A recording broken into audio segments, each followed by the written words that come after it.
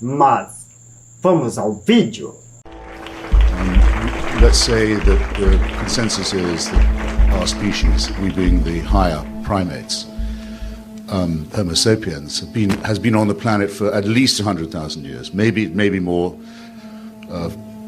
Francis Collins says maybe 100,000. Richard Dawkins thinks maybe 250,000. I'll take 100,000. In order to be a Christian, you have to believe that for 98,000 years, our species suffered and died, most of its children dying in childbirth, most other people having a life expectancy of about 25, dying of their teeth, famine, struggle, bitterness, war, suffering, misery, all of that. For 98,000 years, heaven watches it with complete indifference.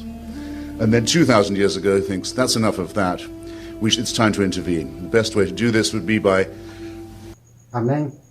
Vamos ao vídeo.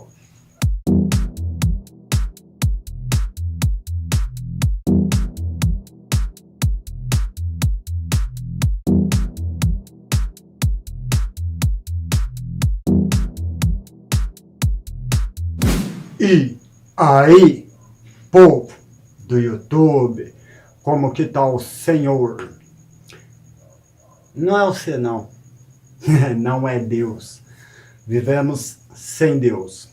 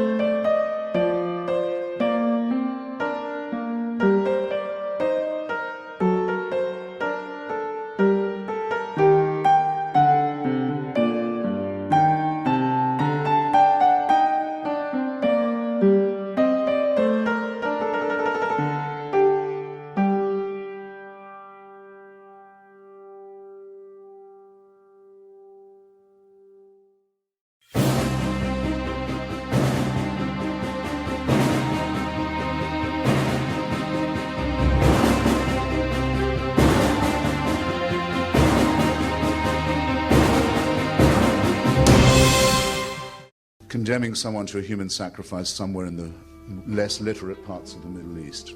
Let's appear to the Chinese, for example, where people can read and study evidence and have a civilization. Let's go to the desert and have another revelation there. This is nonsense. It can't be believed by a thinking person. Why am I glad this is the case? To get to the point of the wrongness in the other sense of Christianity. Because I think the teachings of Christianity are immoral. The central one is the most immoral of all. That is the one of vicarious redemption. You can throw your sins onto somebody else, vulgarly known as scapegoating, in fact, or originating as scapegoating in the same area, the same desert. I can pay your debt if I love you.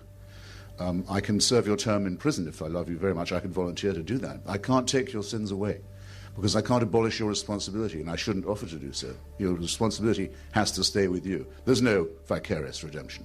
There very probably, in fact, is no redemption at all. It's just a part of wish thinking, and I don't think wish thinking is good for people either.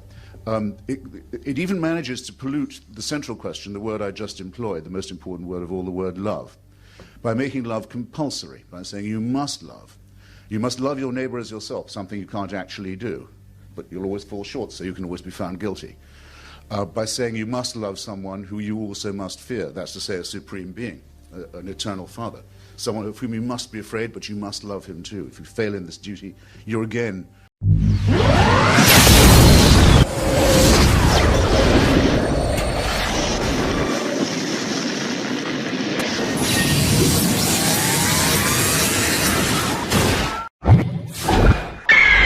wretched sinner. This is not mentally or morally or intellectually healthy. And that brings me to the final objection. I'll condense it, Dr. Olaski, which is that this is a totalitarian system.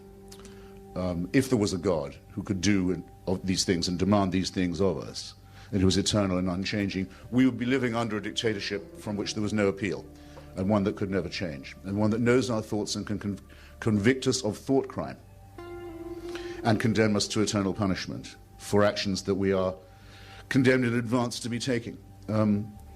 All this in the round, and I could say more, it's an excellent thing that there's absolutely no reason to believe any of it to be true.